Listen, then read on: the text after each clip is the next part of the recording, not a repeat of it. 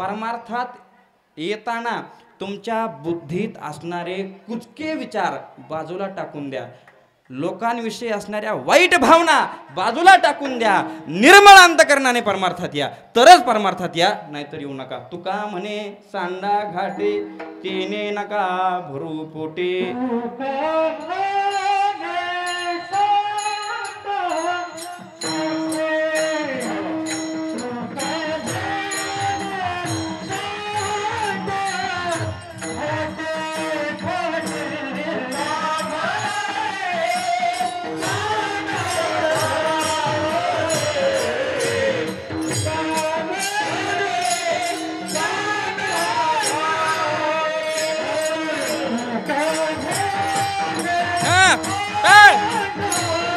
टाळ टाळ टाळ.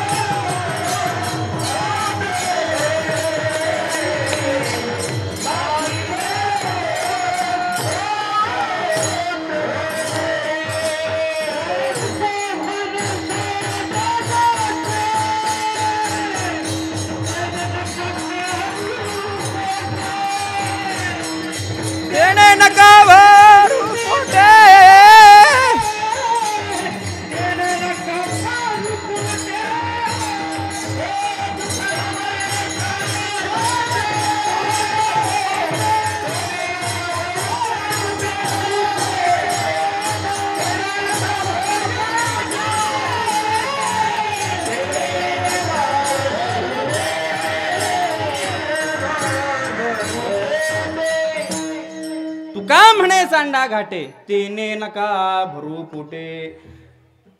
वाईट विचार, दुसऱ्याविषयी असणाऱ्या वाईट भावना, अंतकरणातील कपटीपणा तो बाजूला टाकून द्या. तुका म्हणे सांडा घाटे तेने नका भरू पोटे. गाडग्यातलं शिळ ताक काय प्यायचंय तर परमार्थात आल्यानंतर संतांचे विचार आपल्या बुद्धीमध्ये स्थिर करा. हे तुकोबरायांचं वाक्य मला. तुका म्हणे सांडा घाटे तेने नका भरू आजी देतो पोट भरी पुरे म्हणाल तो वरी. काय वेळेस आहे ना महाराज, माणसांना कितीही सांगा काहीही करा, पहिले पाडे काय तुका म्हणे कसं शाबास जसं असून तसं. अशा पद्धतीचा परमार्थ हवाय का? अशा पद्धतीचा परमार्थ नकोय. तुका म्हणे कसं जसं असा परमार्थ हे तुका म्हणे नाही बरं का, हे आपल्या खोपडीतलं आहे. तू म्हणा गाथ्यात सापडत बसताना नाही तर महाराजांनी प्रमाण दिले तुका म्हणे कसं. ते गाथ्यातलं नाही, हे माथ्यातलं आहे. आणि मग महाराज अशा पद्धतीने आपलं जीवन असलं नाही पाहिजे. काही माणसं आहेत ना, किती जरी सांगितलं तरी ऐकत नाहीत. बाबा परमार्थ करा आता काही लोकांना खाण्याचं भान नसतं महाराज. काय खाण्याचं भान नसतं, किती खावं याचं भान राहत नाही. समोर पडलं की खतरा, समोर पडलं की खतरा, समोर पडलं की खतरा. आणि ते खाणं चालू असताना, ते जेवण चालू असताना झालं असं महाराज, एका गावामध्ये ना जेवणाची शौकीन असणारी एक बाई इतकी जाड झाली, ती जाडीला मर्यादाच नाही. इतकी जाड झाली का? जेवणच तितकं करायची ती, फुल जेवण 3-4 टाइम दाबून खाल्ल्यानंतर सुटाची जाड व्हायची नाही तर काय होईल. आणि इतकी जाड झाली महाराज, तिला अक्षरशः चालता येईना. तिला धरून चालवायला लागायचं. काय धरून चालवायला लागायचं. आणि धरून चालवायला लागायचं म्हटल्यानंतर मग त्यांच्या घरातल्यांनी विचार केला, बाबा आता हे तर आपलं काय असं ऐकणार, हिला आपण डॉक्टरकडे घेऊन जाऊ म्हणजे डॉक्टर हिला समजावून सांगेल. डॉक्टरकडे नेलं बरं का सर, डॉक्टरचा तरी गुण यावा ना. डॉक्टरकडे नेलं, डॉक्टरने सांगितलं हे बघ बाई तुला कोलेस्ट्रॉल वाढेल, बीपी वाढेल, शुगर वाढेल, दमा वाढेल आणि एक दिवस मरशील, कमी खा. पण तिचं वाक्य होतं मेला तरी चालेल पण पोटभर जेवायचं. आणि इतकं टचून जेवायची ती, इतकं टचून जेवायची. डॉक्टरचा काही उपयोग चालना बापू, डॉक्टरचा काय उपयोग चालच ना. आणि बापूची तब्येत काय सुधरा. आणि मग ते काय फरकच व्हायना ना महाराज. आणि तिचं खाणं काय कमीच व्हायना. डॉक्टरने सांगितलं हे बघ सकाळी तुझ्या 8 चपात्या खाती ना, त्याच्याऐवजी काय कर 4 खा. संध्याकाळी जे पाटीभर भात खाती अर्धी पाटी खा. तू म्हणता बाई होती का म्हैस होती. आणि मग ते असं म्हणल्यानंतर डॉक्टरचा तिला काय गुण आहे ना. तिने डॉक्टरला जाता जाता म्हणली डॉक्टर साहेब तुम्ही सांगितलेला आहार जेवणा आधी घेऊ का जेवणानंतर घेऊ. तरी उपयोग नाही काय झाला महाराज. तिनं तिचं चालूच ठेवलं. आणि चालूच ठेवल्यानंतर महाराज त्या गावामध्ये एक सहज फिरता फिरता साधू महाराज आले. फिरता फिरता साधू महाराज आले. आणि साधू महाराज आल्यानंतर त्या घरातील व्यक्तींनी साधूला एक सांगितलं बाबा साधू महाराज आमच्या घरामध्ये असे असे आणि तिला त्रास होईल, पुढं हे होईल, आम्हाला काळजी वाटते तिची, तिला काहीतरी समजावून सांगा. डॉक्टरला सांगितलं, सगळ्यांना सांगितलं, पण तिच्यावर काही एक परिणाम झालेला नाही. मग साधू महाराज म्हणले कुठं आहे ती, तर बोलवा इकडे तिला. तिला धरून मंदिरामध्ये आणलं. धरून मंदिरामध्ये आल्यानंतर साधू महाराजांनी त्याच्याकडे बघितलं. साधू महाराज म्हणले बाबा बाबा ही बाई आहे का काय आहे म्हणले. एवढी मोठी बाई असते कुठं म्हणले. आणि मग ते तिला म्हणाले की बाबा तुला कोणाचाच उपाय नाही ना. ठीक आहे. मग साधू महाराज तिच्या समोर बसले आणि तिच्या घरातले सांगायला लागले साधू महाराज हिला काहीतरी समजावून सांगा. साधू म्हणले हिला काय समजावून सांगायचंय. ते म्हणले का पुढच्या महिन्यात मरणार आहे ही. कोण म्हणलं, कोण म्हणलं. साधू काय म्हणले पुढच्या महिन्यात मरणार आहे ही. मरणार आहे म्हणल्यानंतर तिला दचका बसला. कोणाला, जाड्या बाईला दचका बसला. दचका बसल्यानंतर महाराज हे यांनी सांगितलं मरणार आहे मरणार. ते म्हणलं कसं काय मरणार आहे. हां म्हणलं हिचं ठरलंय मरण, पुढच्या महिन्यामध्ये बरोबर याच दिवशी ही बाई मरणार आहे. कोण म्हणलं, साधू म्हणलं. साधू असं म्हणल्याबरोबर त्या बाईच्या तोंडचं पाणी पळालं. आणि तिला आता जीव म्हणलं तरी ती थर्र का पाहिजे. काय का आता मृत्यू ठरल्यानंतर महाराज अन्न गोड लागेल का कोणाला. मृत्यू ठरल्यानंतर अन्न गोड लागेल कोणाला. ते साधू म्हण तू मरणार आहे पुढचं मरणार आहे म्हणल्यानंतर त्या दिवशीपासून तिचं अन्नच कमी झालं महाराज. अन्न जागेवर बंद झालं. जे वजन कमी करायला 40-50 किलो वजन कमी करायला माणसाला 4-4, 5-5 वर्ष जातात, एका महिन्यात 42 किलो उतरली. कशाचा परिणाम आहे हा, संतांनी दिलेल्या छोट्याशा परिणाम. एक छोटासा एक काय सांगितलं पुढच्या महिन्यात तारीख उजळली पुढची बाई मिलीच नाही. ती मिलीच नाही म्हणल्यानंतर पुन्हा साधू महाराज तुम्ही खोटं बोलले.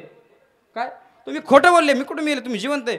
तू जिवंत जरी असली तरी आज तू पहिल्यासारखी राहिलेली नाही, तुझ्यामध्ये बदल झालाय. संतांचं एक छोटंसं वाक्य जरी ते कठोर असेल तरी ते आपल्या उद्धाराकरता असतं. याचं सर्वात उत्तम उदाहरण म्हणजे सद्गुरू वामनभाऊ महाराज आहेत. कठोर आहेत, बोलायला कठोर आहेत, पण उद्देश तुमचं आमचं हित. विठाला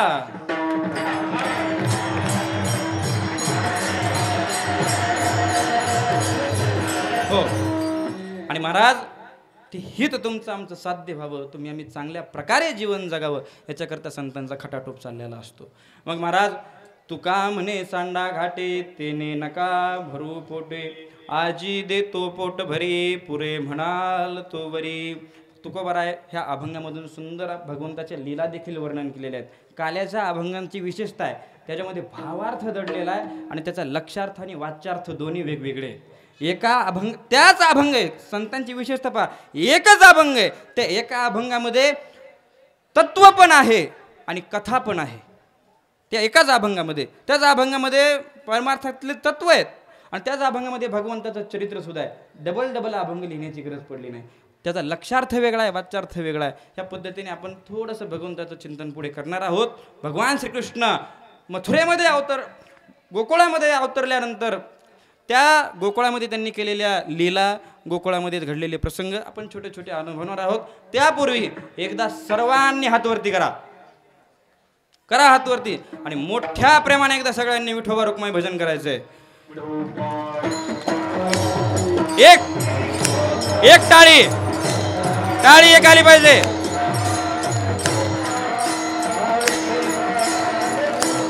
एक टाळी.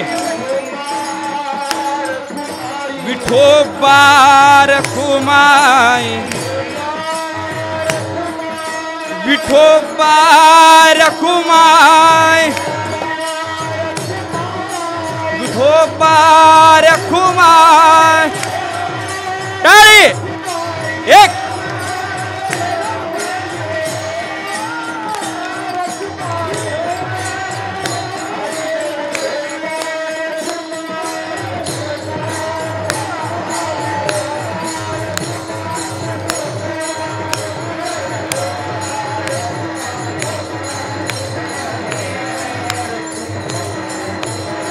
हा हा टाळी टाळी.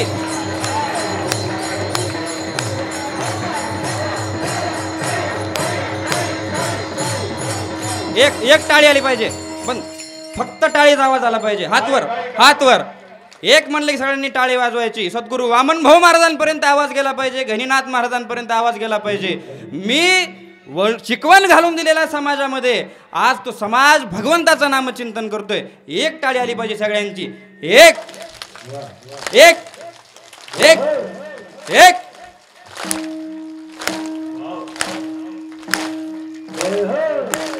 जय हो विठोबा.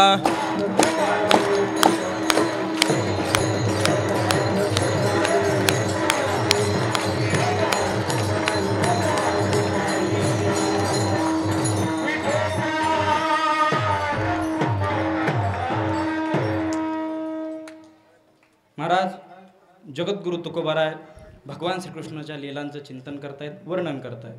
भगवान श्रीकृष्ण आपल्याला आता विस्तृत चिंतन करता येणार नाही. आता काय झालंय माहिती आहे ना, इकडे लक्ष द्या. चला चुळबुळ चुळबुळ करू नका लगेच. काय झाले आता आपल्या सगळ्यांना लागल्यात. मला पुढे बोलू तर द्या ना. मी फक्त लागेल, एखाद्याला तहान बी लागू शकते, एखाद्याला अजून कीर्तन ऐकण्याची आवड वाटू शकते. बरोबर आहे ना. कीर्तन कितीला सोडायचं? कितीला? किती वाजता? मी हात केलाय म्हणा ना. तू म्हणते तूच कर 2 वाजता, आम्ही पंगत निघून. महाराज भगवान श्रीकृष्ण मथुरेमध्ये जन्म झाला आणि तिथून देवकी मातेकडे. महाराज किती किती भगवान श्रीकृष्णाच्या जन्माचे हाल आहेत. तुम्ही आम्ही महाराज म्हणतो मलाही दुःख आहे, मलाही दुःख आहे, सारखं तोंड वाकडं करून बसलेला असतो. माझं असं झालं, देवानं तसं केलं, देवा माझं असं कमून केलं, देवा मला असं का झालं. अरे काहीच नाही तुला. ज्या आईच्या पोटी जन्माला आलेला आहे त्या आईजवळ सुद्धा राहण्याचं भगवान श्रीकृष्णाला भाग्य मिळालं नाही. इतकं भगवान श्रीकृष्णाला दुःख सहन करावं लागलेलं आहे. भगवान श्रीकृष्णाचं चरित्र हे महाराज उच्चारावं म्हणतात, पण त्या भगवान श्रीकृष्णाच्या चरित्राचा जर थोडा विचार केला ना, भगवान श्रीकृष्णाने स्वतःचं दुःख ह्या जगाला कधी कळू सुद्धा दिलं नाही. कळू सुद्धा दिलं नाही. कोणता असा इथं बसलेला व्यक्ती आहे ज्याला आपल्या आईपासून लहानपणी दूर व्हावं लागलंय? आहे का इथं कोणी एखादा? काय ज्या आईच्या पोटामध्ये तो जन्माला आलेला आहे. थांबा, पुढं पुढं चला. हा पण असू शकतात ना. काय झालं त्याला? भगवान श्रीकृष्ण लाला म्हणजे काय? कृष्णाचा अवतारच म्हणायचा. मग महाराज त्या पद्धतीने माणूस जर भगवान श्रीकृष्णाचं दुःख किती सहन करावं भगवान श्रीकृष्णाने, ज्या आईच्या पोटी जन्माला आले त्या आईपासून दूर जावं लागलं. जन्म कारागृहामध्ये झाला. आपला जन्म झाला कारागृहात. कारागृहात तुरुंगात जन्म व्हावा. आणि महाराज ज्या व्यक्तीचा जन्म, ज्या विभूतीचा जन्म तुरुंगात झालेला आहे त्या व्यक्तीने इतकं मोठं तत्वज्ञान ह्या जगाला दिलं. त्याच्यावरती आज हजारो ऑस्कर पुरस्कार जरी वळवून टाकले तरी त्या तत्वज्ञानाची बरोबरी होणार नाही. बरोबरी होणार भगवद्गीतेची कधीच. ती भगवद्गीता तुमच्या आमच्या सगळ्यांच्या उद्धाराकरता, तुम्हाला आम्हाला एका चांगल्या मार्गावरती घेऊन येण्याकरता भगवान श्रीकृष्णाने सांगितलेली.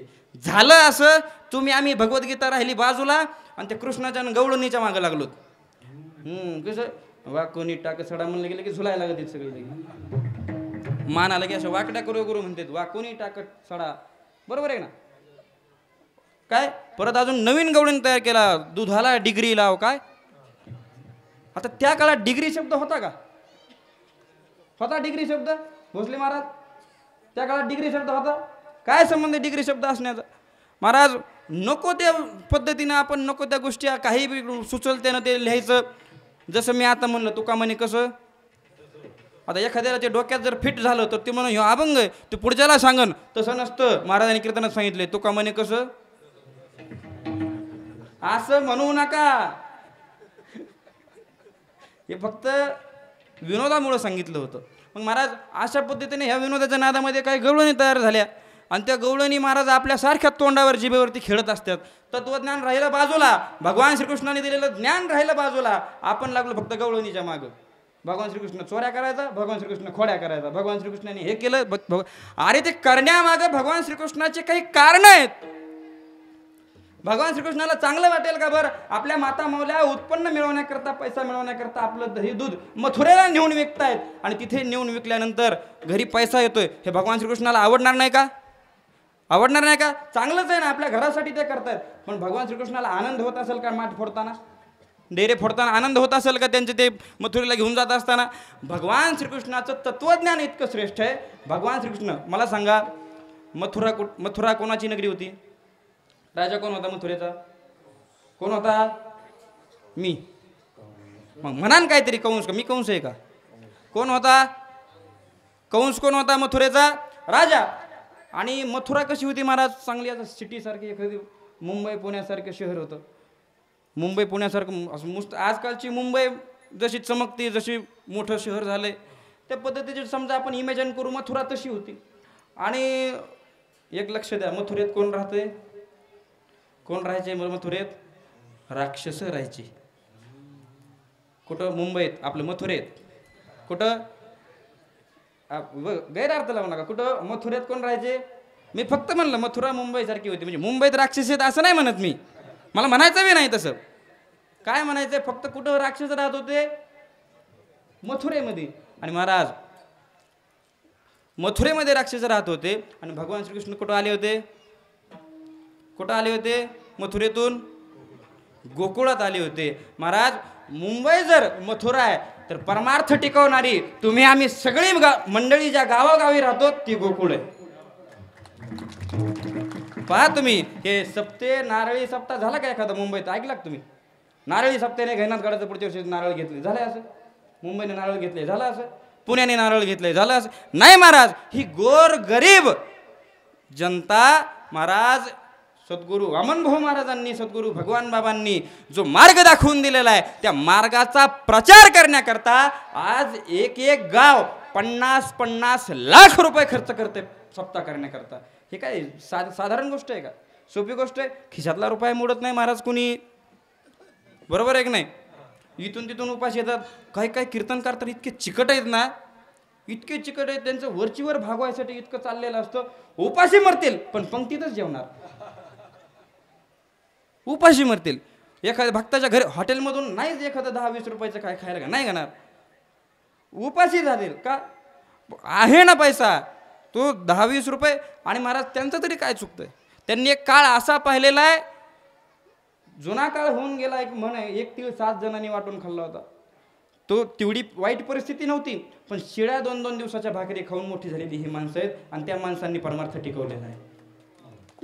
त्या माणसांनी परमार्थ टिकवलेला आहे. मग महाराज भगवान श्रीकृष्णाचं म्हणणं होतं की बाबांनो, तुम्ही ते मथुरेला घेऊन जाऊ नका दही दूध ताक. ते राक्षसांना पोसू नका, त्या राक्षसांना पोसू नका दह्या दुधाने. त्या दह्या दुधाचं बाहेर ट्रान्सफर करण्यापेक्षा गोकुळात असणाऱ्या आपल्या गोपाळांना ते दही दूध ताक खायला द्या आणि त्यांना मजबूत बनवा. याच्याकरता भगवान श्रीकृष्णाचा संघर्ष होता. आणि आपलं काय असतं, भगवान श्रीकृष्ण खोड्या करायची हे अरे ते खोड्या आहेत, पण त्याचा उद्देश चांगला होता. त्याचा उद्देश होता समाज ताकदवान व्हावा, येणारी पिढी ही ताकदवान असावी. मग महाराज ते भगवान श्रीकृष्ण जन्म झाल्यानंतर भगवान श्रीकृष्णाच्या लीला आपल्या सगळ्यांना माहिती आहेत. हे केलं, तमुक केलं, अमुक केलं, ह्या गवळणीला अद्दल घडवली, त्या गवळणीला अद्दल घडवली. आणि महाराज ते भगवान श्रीकृष्ण आता जन्माला आलेले आहेत, मोठे होत आहेत. मोठे होत होत होत होत होत ते भगवान श्रीकृष्ण आता गावामध्ये काय गावामध्ये आल्यानंतर यशोदेला काय म्हणतात की बाबांनो सगळेजण काय म्हणतात, बाबा तुझं पोरगं काही तुझं पोरगं काही इथं ठेवायला लागी नाही, याला काय कर, पहिले तू काहीतरी याचं काम कर. मग यशोदा माता म्हणली हे बघा बाबांनो, आता भगवान श्रीकृष्णा तू आता इथं थांबू नको, तू काय कर, गाई गोपाळ घे आणि गाई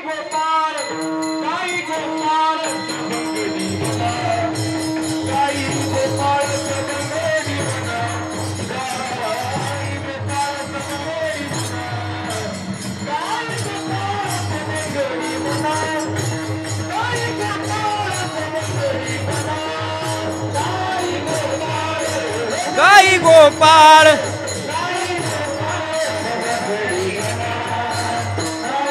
गोपाळ सवंगडी वना, गाई गोपाळ सवंगडी वना, गाई गोपाळ सवंगडी वना, गाई गोपाळ सवंगडी वना.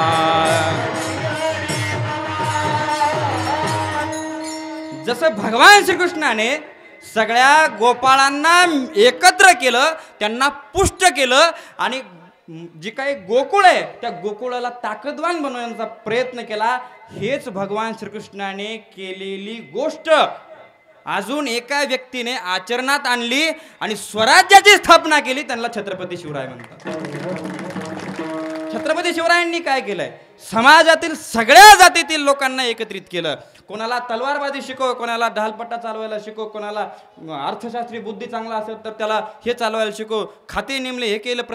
प्रत्येक समाजातील मुस्लिम असेल कोणताही असेल, प्रत्येकाला महाराज छत्रपती शिवरायांनी आपल्या स्वराज्यामध्ये जागा दिली, स्थान दिलं. हे कोणाचा आदर्श आहे, हा भगवान श्रीकृष्णाचा आदर्श महाराज त्यांनी आचरणात आणलेला आहे. आणि ते भगवान श्रीकृष्ण महाराज आता गाई गोपाळ घेऊन आता कुठे निघालेत, कुठं निघाले, रानात निघालेले आहेत. आणि रानात गेल्यानंतर महाराज, तिथे रानात गेल्यानंतर प्रत्येक वेळी महाराज असं नाही बाबा आता गोपाळ आहेत ते काय गप्प बसणार आहेत का.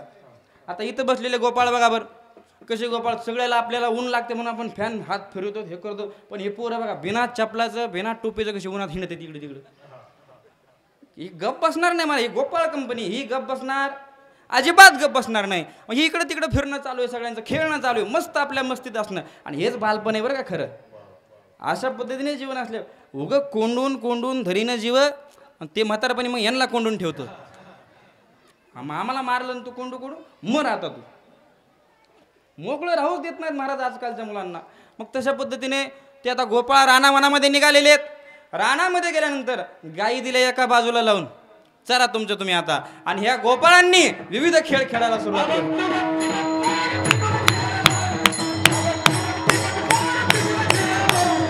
बघ तू बघते बघ पोरा त्रिगुण खेळ माणूस,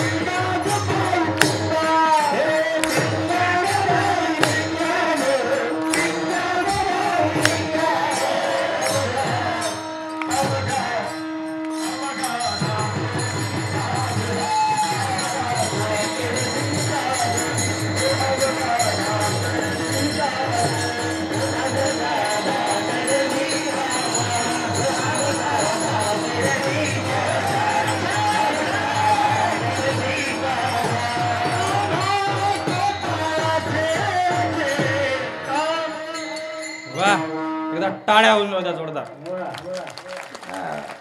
वाटलं की नाही खरंच खेळ चालू आहे. महेंद्र महाराज आहेत महाराज. आणि मग अशा पद्धतीने आता गोपाळांचा खेळ चालू आहे. सगळे आनंदात खेळ खेळतात, मस्त मजेमध्ये सगळे आता खेळ चालू आहेत. आणि खेळ खेळता खेळता खेळता मागचे कीर्तनकार मंडळी काय जरा दमल्यासारखी दिसायला लागली. आणि म्हणले आता किती वेळ झाला हा खेळ चालू आहे कीर्तनाचा. काय खांदी भार पोटी भूक काय कीर्तनाचे सुख. कीर्तनाची का खेळायची. तुम्ही लगे मानाडो बरं झालं उरकते काय आता हे. मी नाही सोडित अजून 1 तास. महाराज अशा पद्धतीने खेळ चालू आहेत. गोपाळ खेळतायत. खेळता खेळता काय गोपाळ दमले. आणि दमल्यानंतर ते गोपाळ म्हणाले कृष्णा अरे बास कर रे बाबा, बास कर. आता कावळे ओरडायला लागले पोटात. चैतन्य महाराज बास करा आता, बास झालं कीर्तन, लय कौतुक झालं, आता उरका, पुरी भाजी वाट बघती आमची. महाराज एक आगळं वेगळं सप्ताहाचं थोडं नियोजन करता करता करता काही तरुण एकत्र आले. आणि ज्या ज्यावेळी महाराज तरुण मुलं चांगल्या कामात एकत्रित आलेले आहेत ना, ते काम यशस्वीच होतं. असे काही तरुण मुलं एकत्रित आले आणि त्या तरुणांनी एकत्रित येऊन आजची ही काल्याची पंगत दिलेली आहे. 12 मुलांनी 15-15 हजार रुपये वर्गणी करून आजची काल्याची पंगत केलेली आहे. अंतापूरमधील वागदऱ्यातील 12 जण आहेत. ह्या 12 मुलांनी आपली ही महाराज आजची काल्याची पंगत दिलेली आहे. एकदा जोरदार त्यांच्यासाठी टाळ्या होऊन जाऊ द्या. सद्गुरु यादव बाबा महाराज की, सद्गुरु वामन भाऊ महाराज की, सद्गुरु भगवान बाबा चैतन्य गहिनीनाथ महाराज की जय. जय हो. बरं झालं लक्षात आलं. विठाला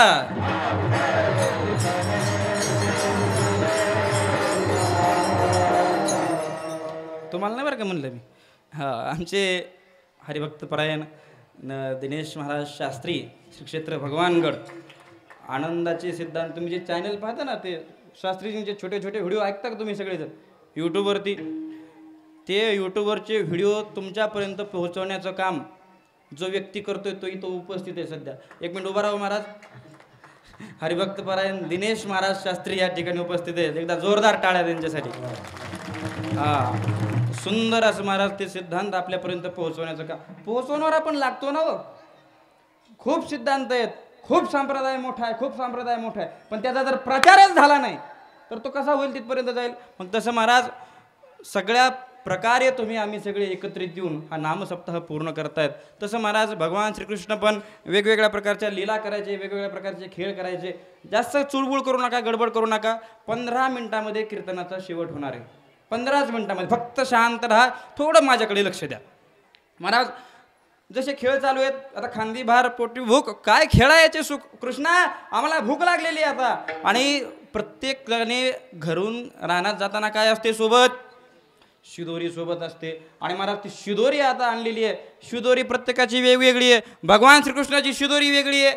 आणि महाराज सगळ्या शिदोऱ्या आता भगवान श्रीकृष्ण म्हणले भोका लागल्यात ना सगळ्याला, अशा शिदोऱ्या खायच्या नाही सगळ्यांनी. चला एका जागेवर घ्या. एका ठिकाणी महाराज सगळ्या शिदोऱ्या घेतल्या. एका ठिकाणी महाराज तो सगळा काला केला. सगळ्यांच्या शिदोऱ्या एकत्रित केल्या.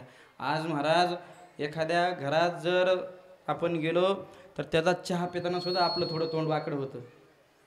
का का कसा केला आणि कसा नाही कुणाच ठाव. आता चहा जेवायचं लांब राहिलं, चहाला सुद्धा आपलं तोंड वाकडं होतं.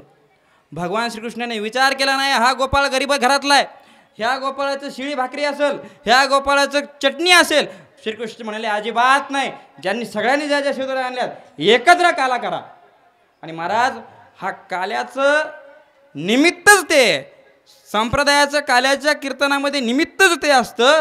सगळ्यांनी एकत्रित येऊन तो फक्त भाकरी एकत्रित करायच्या नाही, सगळ्यांची मन सुद्धा एकत्रित झाली पाहिजे. प्रत्येक सगळ्या समाजामध्ये एकमेकाविषयी प्रेम भावना ही वाढीस लागली पाहिजे. प्रत्येकाच्या अंतकरणामध्ये भगवंताची जी काही जाण आहे ती जाणीव प्रत्येकाला झाली पाहिजे. याच्याकरता हा परमार्थ करायचा आहे. आणि मग महाराज आता सगळं काय एकत्रित केलं, सगळेजण जेवायला बसायला लागले. सगळ्यांनी आता ते जास्त मी आता वाढवत नाही, जेवणं झाली त्यांचे. आणि ते काला केल्यानंतर महाराज ते काला पाहून देवांच्या तोंडाला पाणी सुटलं. देव म्हणाले बाबा आता ते काला कसा खावा, आम्ही काय करावं, आम्हाला काला खायचा आहे. पण भगवान श्रीकृष्णाने अजिबात फिरकू दिलं नाही कोणाला. आता तिथं बाजूला तळं होतं, नदी होती, आणि त्या नदीवरती त्यांना वाटलं आता काय करावं. आता ह्या जेवताना यांच्या नखामध्ये अडकलेलं काय करावं, आपण काय करावं, नदीत हात धुवायला गेल्यानंतर आपण काय करावं, ते भक्षण खावं. काल्याच्या मासे, काय देवजळी झाले मासे. देवांनी काय केलं मग बाबांनो, आता जर आपल्याला ते काला ग्रहण करायचा, काल्याचा प्रसाद जर मिळवायचा आहे, तर आपण काय करावं, पाण्यामध्ये मासा होऊन बसावा अगोदरच. म्हणजे काय, यांनी हात धुतला की पटकन ते काला खाऊन घ्यायचं. पण महाराज कृष्ण म्हणले बाबांनो, तुम्ही देव जरी असले ना, मी तुमचा बाप आहे. कोण म्हणलं, कृष्ण म्हणाले. तुम्ही देव असले म्हणून काय झालं. भगवान कृष्ण म्हणे गोपाळांनो, हात पुढं, हात धुवायला आता कुठं जायचं, नदीवरती जायचं. चला हात घ्या माग. हात कुठं पुसले, आता खा म्हणावं देवाला. अजिबात महाराज प्रसाद इकडं तिकडे कोणाला दिला नाही. तो प्रसाद सहजासहजी नाही मिळणार. आणि महाराज जो प्रसाद आज देवाला सुद्धा मिळणं अवघड आहे, तो प्रसाद भाऊ बाबांच्या कृपेने ह्या दऱ्याखोऱ्यामध्ये तुम्ही आम्ही मिळवतोय. दऱ्याखोऱ्यामध्ये मिळवतोय. काय महाराज, ह्या डोंगरामध्ये आज इथे एवढं समाज जुळणं आणि या ठिकाणी येऊन तुम्ही सगळ्यांनी काल्याचा प्रसाद घेणं, ही काय महाराज कोणी चैतन्य महाराजांनी किंवा पांडुरंग महाराजांनी किंवा नारायण महाराजांनी कोणी हे केलेलं नाही. याला फक्त आणि फक्त कारणीभूत सद्गुरू वैकुंठवासी वामन भाऊ महाराज आहेत, चैतन्य गहिनीनाथ महाराज आहेत. ह्या संतांच्या आशीर्वादाने, ह्या संतांच्या कृपा आशीर्वादाने ते संत आपल्याकडून हे कार्य करून घेत असतात. तुम्ही आम्ही फक्त आणि फक्त निमित्त आहेत, निमित्त आहेत तुम्ही आम्ही फक्त. मला सांगा, मर्यादा पुरुषोत्तम प्रभू श्री रामचंद्रांच्या घराण्यामध्ये किती लोक होऊन गेली, मोठी मोठी लोक होऊन गेली सगळी. पण सगळ्यांचेच मंदिरे झाले का, नाही महाराज. ज्या व्यक्तीने क्रांती केलेली आहे, प्रभू श्री रामचंद्रांचीच तुम्हाला मंदिरं ह्या जगात सगळीकडे पाहायला मिळतील. का तर ते प्रभू श्री रामचंद्रांनी महाराज तितकं कष्ट घेतलेलं आहे, तितकं तुमच्या आमच्या सगळ्यांच्या उद्धाराकरता प्रयत्न केलेले आहेत. म्हणून प्रभू श्री रामचंद्रांची मंदिरं तुम्हाला आम्हाला दिसणार आहे. आणि हे सगळं करत असताना ह्या खोड्या वगैरे चालू आहेत. आणि अभंगामध्ये देखील एक दोन दृष्टांत आलेले आहेत आपल्या. जसं भगवान श्रीकृष्णाची चोरी करण्याच्या काही पद्धती होत्या बघा. ज्याने भगवान श्रीकृष्णाचं वैशिष्ट्य काय, तरुणांनो ऐका, भगवान श्रीकृष्णाचं वैशिष्ट्य काय, ज्याने जगातील सर्वोत्तम तत्वज्ञान तर दिलंच, पण चोरी कशी करायची ते सुद्धा शिकवलं. काय, चोऱ्या कशा करायच्या ते सुद्धा शिकवलं. भगवान श्रीकृष्ण सांगतात बाबांनो, हे बघा गोपाळांनो, काल्याचं वगैरे ते जेवण त्यांचं झालेलं. आता दुसरा दृष्टांत चालू आहे. तुम्हाला जर आता पोटभर खायचं आहे, एका गोपाळा म्हणले अरे असा काय तू अशक्त आहेस.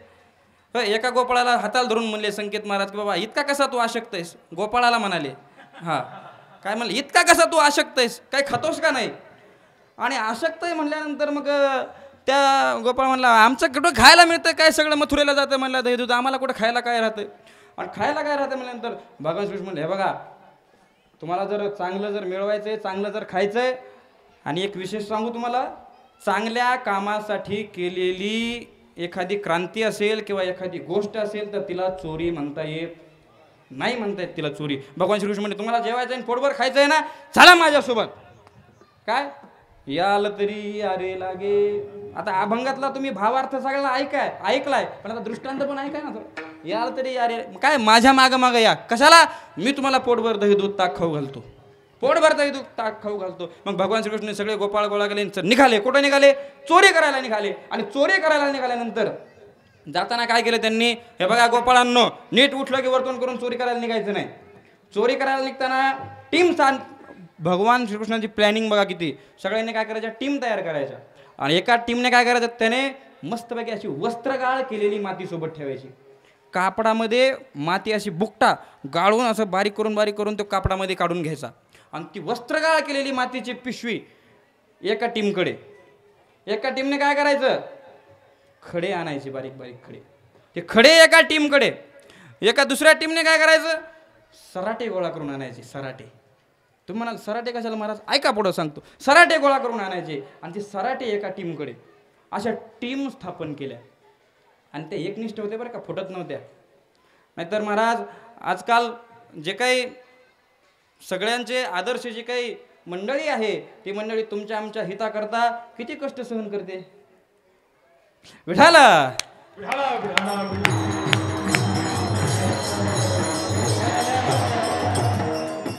नको लय खोल जायला. हां बरं, वरची वर ज्यांना समजलं असेल त्याला समजलं असेल. मग काय भगवान श्रीकृष्ण त्या टीम स्थापन केल्या. त्यांनी प्रत्येकाने मग सराटे आणले, कोणी खडे आणले, कोणी वस्त्रगाळ केलेली माती आणली. आणि ती माती आणल्यानंतर महाराज आता हे निघाले चोरी करायला निघाल्यानंतर भगवान श्रीकृष्ण पुढं सगळ्याचा अंदाज घेऊन भगवान श्रीकृष्ण पुढं चालतायत.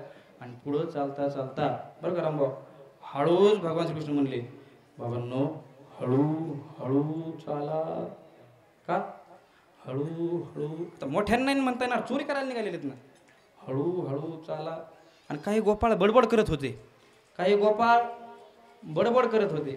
आणि बडबड करत असल्यामुळे मग भगवान श्रीकृष्ण म्हणले, कोणी कोणाशी न बोला. का आता ते म्हणले घर मालकीन उठली तर सगळ्याला धुवून काढील नाहीतच, त्याच्यामुळे काय करा, हळूहळू चाला, कशाला धक्का लागू देऊ नका, काही फोडाफोडी करू नका, हळूहळू चला, कोणी कोणाशी न बोला. बरं भगवान देवा, आता आपण आलो चोरीपर्यंत आलो, मग काय करायचं. शिंके कुठं बांधलेले असायचे, डोक्याला माझ्या, बोला ना काहीतरी. शिंके कुठं बांधलेले असायचे, वर छताला बांधलेले असायचे. आणि छताला बांधलेले असल्यामुळे त्याच्यावरती मग आता हात तर ह्या गोपाळांचा बारके बुटके कशाचा हात पुरतो यांचा. मग हे काय करायचे, खडा काढायचा, खडा असा शिंकेवरती हाणायचा, खन वाजलं की म्हणायचं भरलेलं आहे. आता आहे ना पोट मोकळं आहे आपलं. नक्की एक 15-20 पुऱ्याचा भोगा केल्याशिवाय ते काय शांत होत. मला सांगा, खन वाजलं की म्हणायचं ते मटकं मोकळं आहे. आणि बद्द वाजलं की म्हणायचं कसं बद्द वाजलं की म्हणायचं भरलेलं आहे. मग महाराज यांनी खडा हाणून बघायचा, खडा हाणला किती खन वाजले. नाहीतर उगाच शिंक एवढ्या वर लावलेले. यांनी सगळे एकत्र होऊन वर मनोरा लावायचा, वर जायचं, आणि वर गेलं ते मोकळं असल्यावर गेली ना मग वाया सगळी मेहनत. मग खालूनच खडा हाणून बघायचं भरलेलं आहे का मोठे. तसं महाराज गुरु करत असताना सुद्धा जर मोकळा गुरु केला ना, आपलं सगळं परमार्थातलं कष्ट वाया जातं. त्या पद्धतीने महाराज त्यांनी ते खडा हाणून पाहिला, भरलेलं दिसलं की महाराज यांनी सगळ्यांनी मनोरा करायचा आणि ती मस्तपैकी ती दहीहंडी खाली काढायची. आणि ती सगळं झाल्यानंतर एवढं करत असताना समजा अचानक घरमालकीन उठली, आणि ती घरमालकीन जर उठली तर ती काय करेल, सगळ्याला मस्तपैकी दही दूध खाऊ घालीन, सगळ्याचं दही दूध काढीन ती. मग त्याच्यामुळे ते म्हणले काय करायचं, आता समजा जर उठल्याबरोबर काय करायचं, ज्या टीमकडे वस्त्रगाळ केलेली माती आहे त्याने माती काढायची आणि त्याच्या डोळ्यात फेकायची, तिला दिसलंच नाही पाहिजे काय. बर देवा, माती फेकली त्याच्या डोळ्यात, चालतंय, मग हे सराटे कशाला आणले.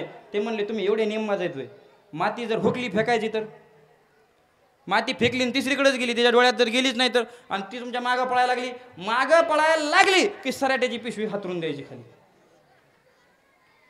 पळायला लागली की त्याच्या पायात सगळे काटे, आपलं चल सुपाट दही दूध खाऊन फरार. आजी देतो पोट भरी, पुरे म्हणालो तो वरी. पुरे पोटभर अगदी मनाने ओतप्रोत भरेपर्यंत आनंद जर तुम्हाला मिळवायचा असेल तर परमार्थाशिवाय पर्याय नाही, हे लक्षात घ्या. आणि मग महाराज अशा प्रकारे सगळ्या गोपाळांनी एकत्रित येऊन त्या ठिकाणी तो प्रसंग केलेला आहे.